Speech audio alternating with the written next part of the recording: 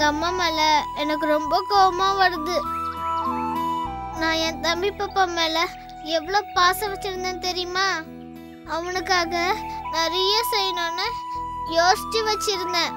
என்னோட திங்ஸ் எல்லாத்தையும் எடுத்து கிளீன் பண்ணி அவனுக்காக தொட்டில், விளையாட்டு ஜாமா, பொம்மைன்னு நிறைய எடுத்து வச்சிருந்தேன். எனக்கு அதெல்லாம் பார்க்கும் போது இன்னும் நிறைய அழகியா வருது. அழாத அழாத மல்லி. அழாம இருக்க முடியல பாலா. நான் எவ்வளவு ஆசையா இருந்தேன். எத்தனை பிளான் போட்டு வச்சிருந்தேன். ஃபர்ஸ்ட் டே உன்கிட்ட, செகண்ட் டே ஸ்கூலுக்குன்னு அவனை எல்லா ஃப்ரெண்ட்ஸுக்கும் இன்ட்ரடியூஸ் பண்ணணும்னு நினச்சிக்கிட்டு இருந்தேன். அவனுக்கு 5 பேர் செலக்ட் பண்ணி வச்சிருந்தேன். நல்ல பேரா செலக்ட் பண்ணி அவனுக்கு வைக்கணும்னு நினைச்சேன். எல்லாம் போச்சு.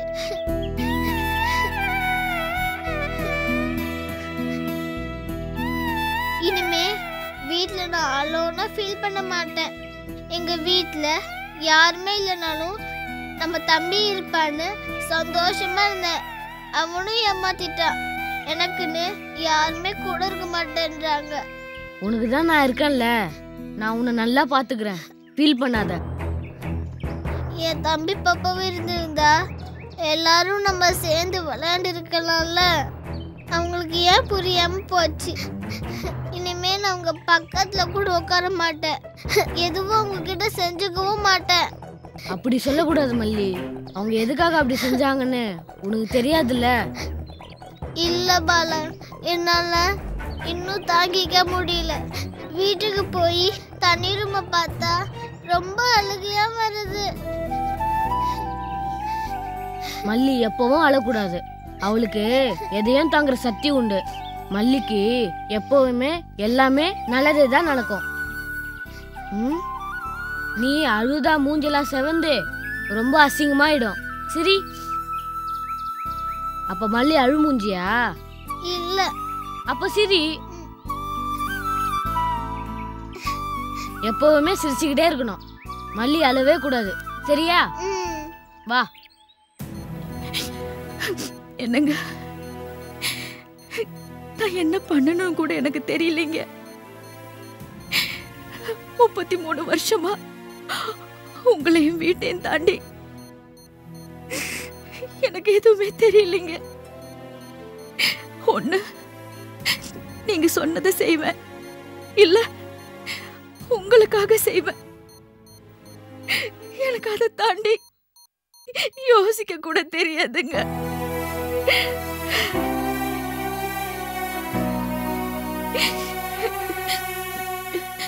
திடீர்னு டாக்டர் வந்து உங்களுக்கு என்னென்னமோ நல்லா சொல்றாங்க. எனக்கு என்ன பண்றதுன்னு புரியலைங்க.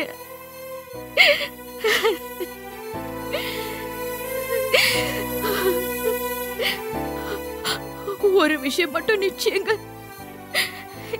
நீங்க இல்லாம நான் இருக்க மாட்டேன். நான் உயிரோட இருக்க மாட்டேங்க.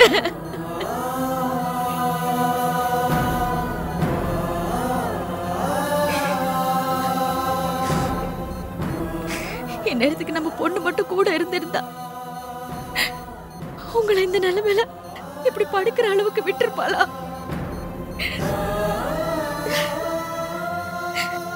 அவ நம்மளையே சுத்தி வந்து நின்னுட்டு இருந்தப்போ அவளை மன்னிச்சு ஏத்துக்காம மானம் கௌரவம் ஊருன்னு துரத்தி அடிச்சீங்க. நானும் நீங்க சொல்றதுதான் வேதம்னு அவளை ஏத்துக்காம வேதனைப்படுத்திட்டேன். இன்னைக்கு அவ சொன்னதுதானே நடந்திருக்கு. அம்மா, உங்களுக்கு எப்பவுமே இந்த ஊரு, மானம், கௌரவம் அது மட்டும்தான் முக்கியம். நீங்க கஷ்டப்பட்டு பெத்து வளர்த்த உங்க பொண்ணு முக்கியம் இல்லையா? உங்களுக்கு எது நடந்தாலும் நான் தான் வந்து நிப்பேன். உங்களுக்குன்னு இருக்கிற ஒரே உறவு உங்க மக நான் மட்டும்தான். நீங்க பாத்துக்கிற எதுவும் உங்க பின்னாடி இருக்காதுமா, ஒரே நிமிஷத்துல போயிடும்.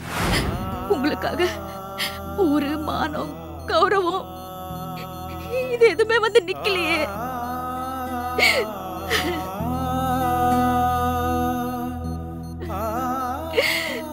உங்களை இந்த நிலைமையில பார்க்க என்னால முடியலைங்க. ஐயோ.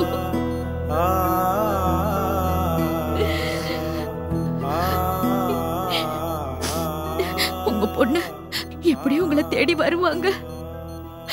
அவளை பார்க்காம நீங்க அவளுக்கு கொடுத்த தண்டனை எல்லாம் போதும். மறுபடியும் அவளை பார்க்காம காலம் பூரா அவளை வருத்தப்பட வச்சிடாதீங்க.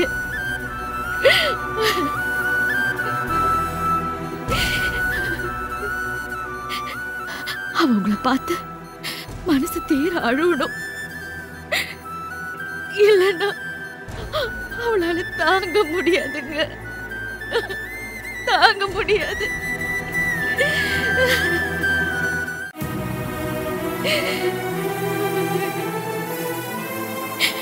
10 வருஷமா அவளை பத்தியே நினைச்சு மனசுக்குள்ளேயே அழுதுகிட்டு இருந்ததெல்லாம் போதும்.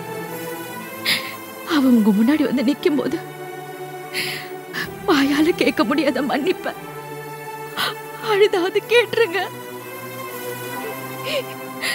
இன்னும் மனசுக்குள்ளேயே வச்சு ஒழுங்கிக்கிட்டே இருக்காதீங்க.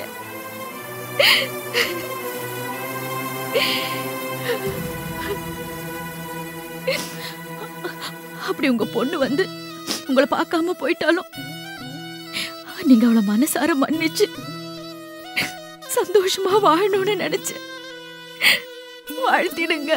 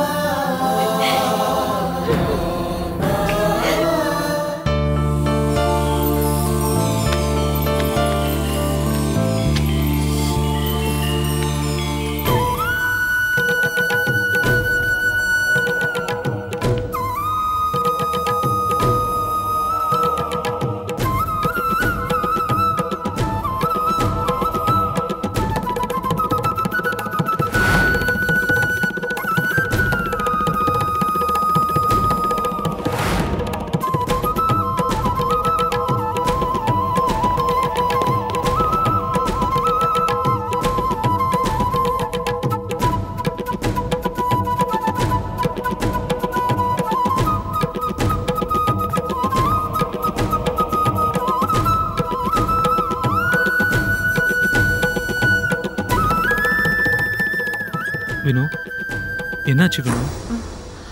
பிரசாத், அம்மாவுக்கும் அப்பாவுக்கும் உடம்பு முடியலையோன்னு எனக்கு பயமா இருக்கு. அதெல்லாம் ஒன்றும் ஆயிருக்காது. இல்ல பிரசாத், ஹாஸ்பிட்டல்ல எனக்கு மயக்க மருந்து கொடுத்து அழைச்சிட்டு போனப்போ எதிரில் என் அப்பாவை ஸ்ட்ரெச்சர்ல படுக்க வச்சு அம்மா பக்கத்துல அழுதுட்டு போற மாதிரி தெரிஞ்சது பிரசாத். உனக்கு மயக்க மருந்து கொடுத்தாங்க இல்லையா? அந்த டைம்ல அம்மா கூட இருந்தா நல்லா இருக்கும்னு உனக்கு தோணிருக்கும். இதெல்லாம் பிரம்ம. இதுல எந்தவித உண்மையும் கிடையாது. இல்ல பிரசாத், உண்மையா இருக்குமோன்னு எனக்கு சந்தேகமா இருக்கு. உங்க அப்பாவும் அம்மாவும் இருக்கிறது தஞ்சாவூர்ல. அங்கிருந்து எதுக்கு இங்க வைத்தியம் பார்க்க வர போறாங்க? நீ மைண்ட்ல ஏதாவது ஒரு விஷயத்தை போட்டுட்டு டிரைவ் பண்ணிட்டு இருக்காது. அதுவே பெரிய பிரச்சனையை உருவாக்கிடும். நானும் முதல்ல இது உண்மையா இருக்காதுன்னு தான் நினைச்சேன். ஆனா இன்னைக்கு காலையில என் கனவுல கூட என் அம்மா வந்தாங்க. என் கைய பிடிச்சுக்கிட்டு அழுகுறாங்க. என்னை தனியா விட்டுடாத, என் புருஷனை எப்படியாவது காப்பாத்துன்னு கெஞ்சினாங்க. அந்த அழுக இது வரைக்கும் நான் என் அம்மாட்ட பார்த்ததே இல்லை பிரசாத். காலையில வந்த இந்த கனவு என்னமோ ஒண்ணு என்கிட்ட சொல்லுது. எனக்கு ரொம்ப பயமா இருக்கு பிரசாத். கனவுல வர விஷயத்த பார்த்து பயப்படுற உன்னை பார்த்தாதான் எனக்கு பயமா இருக்கு. நான் பயப்படுறது எனக்காக இல்ல பிரசாத், என் அப்பா அம்மாவுக்காக. அவங்களுக்கும் எதுவும் நடந்துடக்கூடாதுல்ல. அவங்க என்ன எவ்வளோ கஷ்டப்பட்டு வளர்த்தாங்கன்னு உனக்கு தெரியும்ல. அவங்க கஷ்டப்பட நாம விடக்கூடாதுல்ல. இங்க பார் வினோ, நான் ஒன்றும் சொல்லவே இல்லை. உங்க அப்பா தான் நம்ம மேல 11 வருஷமா கோவத்துல இருக்காரு. நாம அவர் மேல கோவமா இல்ல. அவர் கோபம் நியாயமானதுதான். அவர்கிட்ட இருந்த ஒரே உசுரை பறிச்சு எடுத்துட்டு வந்துட்டேன். ஆனா மறுபடியும் மன்னிப்பு கேட்க முடியாது வினோ. நான் அவர்கிட்ட போய் மறுபடியும் நிக்கணும்னு சொல்லல பிரசாத். நானும் அதுக்கு தயாரா இல்ல. அவரோட மானம் கௌரவம் இதெல்லாம் முக்கியம்னு நம்மள தூக்கி எறிஞ்சாரு. அவரு முன்னாடி போய் நிக்க எனக்கும் விருப்பம் இல்ல. ஆனா அம்மாவை பத்தி யோசிக்கும் போது ரொம்ப கஷ்டமா இருக்கு. வாழ்க்கையில எங்க அப்பாவை தவிர எந்த விஷயமும் அவங்களுக்கு தெரியாது. என் அப்பாவுக்காகவே உருவாக்கப்பட்ட பிறவி. திடீர்னு எங்க அப்பாவுக்கு ஏதாவது ஒண்ணு நடந்தாலும் அது சமாளிக்க கூட அவங்களுக்கு தெரியாது. அவங்களுக்கு தெரிஞ்சதெல்லாம் என் அப்பா மட்டும்தான். இப்ப அவங்க என்ன பிரிஞ்சிருக்கிறது கூட எங்க அப்பாவுக்காக தான். சோ அவங்களுக்காகவாவது ஏதாவது பண்ணணும் பிரசாத். நீ அதிகமா யோசிக்காத வினோ. நீ கண்டது கனவுதான். ஆனா அந்த கனவு என் மூளைக்குள்ள இருந்துகிட்டு குத்துது. அதுக்காகவாவது ஏதாவது பண்ணணும். உன் வீட்டு நம்பர் வச்சிருக்கியா? ட்ரை பண்ணி பார்த்துட்டு ரிங் போகுது, எடுக்க மாட்டேங்கிறாங்க. எப்பவுமே எடுக்க மாட்டாங்க. ஆனா அப்பெல்லாம் தப்பா தெரியல, இப்ப தப்பா தெரியுது. சரி, நீ ரிலாக்ஸ்டா இதை பத்தி எதுவும் திங்க் பண்ணாம இரு. முழுசா நீ ரெக்கவர் ஆகணும். அப்புறம் நம்ம சிவானி அழைச்சிட்டு நேர்ல ஒரு தடவை பார்த்துட்டு வரலாம். ஓகே? இப்போ நீ ஆஃபீஸ் கிளம்பு, நான் உன்னை ட்ராப் பண்றேன். பிரசாத், உன்னை கேட்கவா? சொல்லு. எங்க அப்பா அம்மா மேல உனக்கு கோவம் இல்லையே? உங்க அப்பா மேல எனக்கு என்ன கோவம்? இது அவரும் புரிஞ்சிட்டா நல்லா இருக்கும். சரி, கிளம்பலாம்.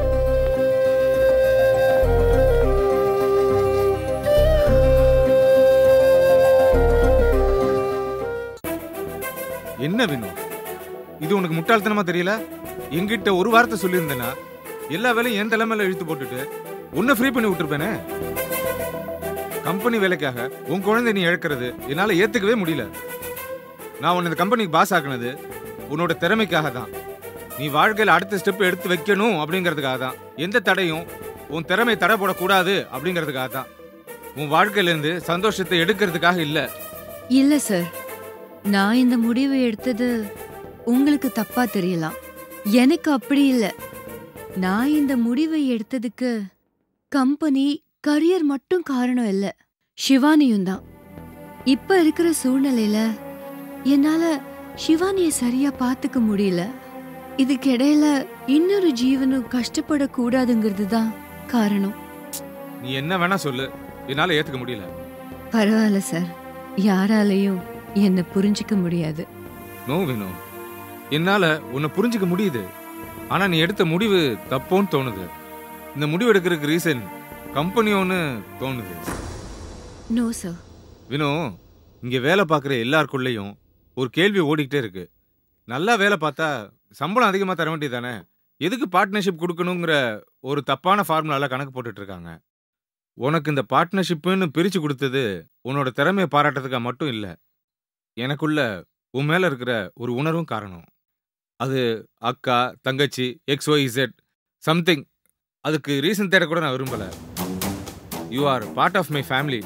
You are part of my office also. உனக்கு எல்லாமே சரியாக தான் நடக்கணும், நடக்க வைப்பேன். ஆனால் இந்த தடவை ஏதோ தப்பு நடந்து போச்சு. என்னோட லைஃப்ல ஒவ்வொரு செகண்டும் நடக்கிற விஷயங்களுக்கு நான் மட்டுமே ரீசன் சார். இதுக்கு யாரும் காரணம் இல்லை. என்னை சுத்தி இருக்கிறவங்க என்னை பத்தி பேசினாலோ கேள்வி கேட்டாலோ பதில் என்னோட உழைப்பால மட்டும்தான் சொல்ல முடியும். நான் பதில் சொன்னாலும் இந்த உலகம் உண்மையான பதில்னு நம்பாது. என்னை நம்பாத யார பத்தியும் நான் கவலைப்பட தயாரா இல்லை சார். நீங்க என் மேல வச்சிருக்கிற நம்பிக்கை என்னைக்குமே வீண் போகாது. இனிமே என்ன விஷயமா இருந்தாலும் சரி, நான் எவ்வளவு முக்கியமான மீட்டிங்ல இருந்தாலும் சரி, தயவு செஞ்சு என்கிட்ட சொல்லு. ஒரு தகப்பன்கிற ஸ்தானத்துல இருந்து சொல்றேன். சரிங்க சார். வினோ, பிரசாத் என்ன ஃபீல் பண்றாரு? அதெல்லாம் ஒன்றும் இல்லை சார். ஒன்றும் ப்ராப்ளம் இல்லையே. We are very understanding. Okay.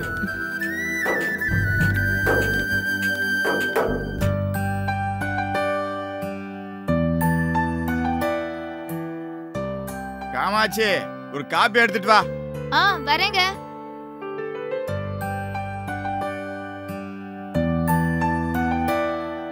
இந்தாங்க காஃபி. எங்கடி போனே அந்த பைய? எங்க அண்ணன் முக்கியமான விஷயமா வெளியே போயிருக்காரு. உங்க அண்ணனை எவன் கேட்டது? நம்ம பிள்ளை எங்கடி? அவனா பசங்க கூட எங்கேயாவது விளையாடிட்டு இருப்பான். ஏண்டி, வீட்டுல இருக்கிற பிள்ளை எங்க இருக்கான்னு தெரியாது, உங்க அண்ணன் எங்க போயிருக்கான்னு மட்டும் தெரியும். உங்க அண்ணனே ஒரு வெட்டிப்பைய. அப்படி என்ன ஒரு முக்கியமான விஷயமா வெளியே போயிருக்கேன்? அது எங்க அப்பா ஃபில்டர் காஃபி மட்டும்தான் குடிப்பாரு. சரி, அதனால ஒரிஜினல் கும்பகோணம் காஃபி பவுடர் வாங்கிட்டு வான்னு நம்பிச்சிருக்கேன். உங்க அப்பா குடிக்கிற காப்பி தூளை இங்க எதுக்கடி வாங்கி வைக்கிற? ஏங்க, அவர் வீட்டுக்கு வந்தா காஃபி போட்டு கொடுக்க வேணாமா? ஏண்டி, அந்த ஆள் வீட்டுக்குள்ளே வரக்கூடாதுன்னு சொல்றேன், இதுல நீ காப்பி வேற போட்டு கொடுப்பியோ? அந்த ஆள் மட்டும் இந்த வீட்டுக்குள்ள கால் எடுத்து வச்சா வீடே ரெண்டாயி போயிரும் பாத்துக்காமா. அப்புறம் நானே பார்க்காத பெருமாள நீங்க எல்லாரும் பார்க்க வேண்டியதா இருக்கும். உங்க அண்ணனுக்கு பொண்ணு பார்க்க வந்தா அப்படியே அங்கேயே பார்த்துட்டு அப்படியே கிளம்ப சொல்லு. அவரு பொண்ணு பார்க்க மட்டும் வரல. வேற எதுக்கு? அவரோட வீட்டை என் பேர்ல மாத்தி எழுதியிருக்காரு. அந்த பத்திரத்தை கொடுத்துட்டு போதான் வராரு. அவர் எதுக்கு வேணாலும் வரட்டும், ஆனா இங்க வரக்கூடாது. ஏங்க, ஊர்ல ஒரு சென்ட் 2 லட்சம் போகுமாங்க? அவ்வளவுலாம் போகாது, ஒரு 1.5 போகும். எப்படியும் 40 லட்சம் தேருங்க. ஆசாலே நம்மள அடிக்கிறாங்களே. எதுக்கு வீட்டுக்கு வர மகாலட்சுமிய உள்தாப்பால் போட்டு பூட்டுறீங்கன்னு கேக்குறேன். நான் ஒண்ணு லட்சுமிக்கு தாப்பா போடல, கொப்பனுக்கு தான் தாப்பா போடணும்னு சொல்றேன். லட்சுமி வர்றதே எங்க அப்பா கூட தான். ஆமா இல்ல?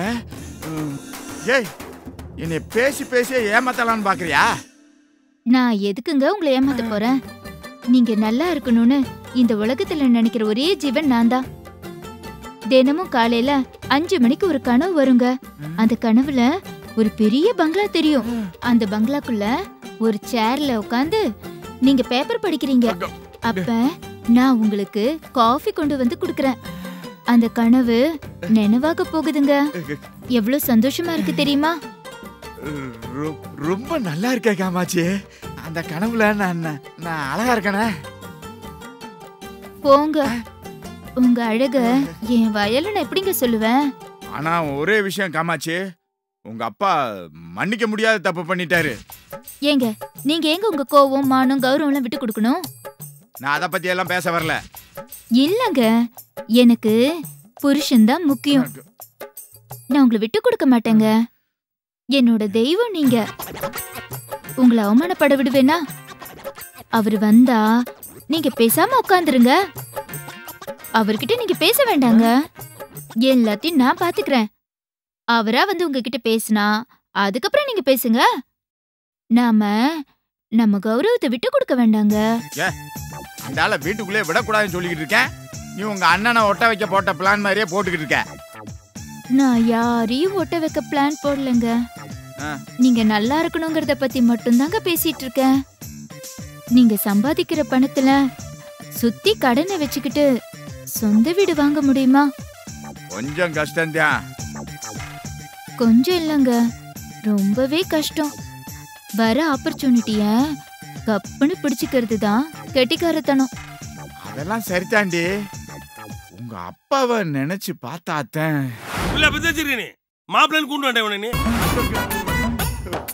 ரொம்ப பயமா இருக்குடி. பக்கத்துல பார்த்தாலே ஒரு மாதிரி பெரிய மீசையோட. இப்ப அந்த பெரிய மீசெல்லாம் இல்லையா, நல்லா ட்ரிம் பண்ணி ஹேண்ட்ஸமா இருக்காராம். உங்க அப்பா மீசை எடுத்தாலும் முகம்னு ஒண்ணு இருக்குல்ல. என்ன பண்றது, அந்த முகத்துல தானே லட்சுமி விளையாடுறா. அதனால பொறுத்து தாங்க ஆகணும். எதையும் நம்ம பொறுத்துக்கணும்னு அவசியம் இல்ல. இங்க பாருமா, உங்க அப்பா உனக்கு வீட்டு எழுதி கொடுக்கறது அது அவர் செய்ய வேண்டிய கடமை. ஆனா என் கோபம் வேற. அதை இதையும் கன்ஃபியூஸ் பண்ண காமாச்சு. இங்க பாரு, பத்திரத்தை உங்க அண்ணன்ட்ட கொடுத்து விட சொல்லிரு. வயசான காலத்துல உங்க அப்பா எதுக்கு அலையணும்? அப்ப அவர் வேணாம், அவர் சொத்து மட்டும் வேணும். இங்க பாருமா, நான் என்னமோ சொத்துக்க வேண்டிய அலையிற மாதிரியே பேசுற. உன் மனசு கஷ்டப்படக்கூடாதுங்கிறதுக்காகத்தான் உங்க அப்பா எழுதி கொடுக்கறத வாங்கி கேங்கிறேன். அதுக்காக வேண்டி என் கோபம் இல்லைன்னா ஆகி போயிடாது. இங்க பாரு, அவர் கண்டிப்பா இங்க வரக்கூடாது. என்னங்க பேசாத.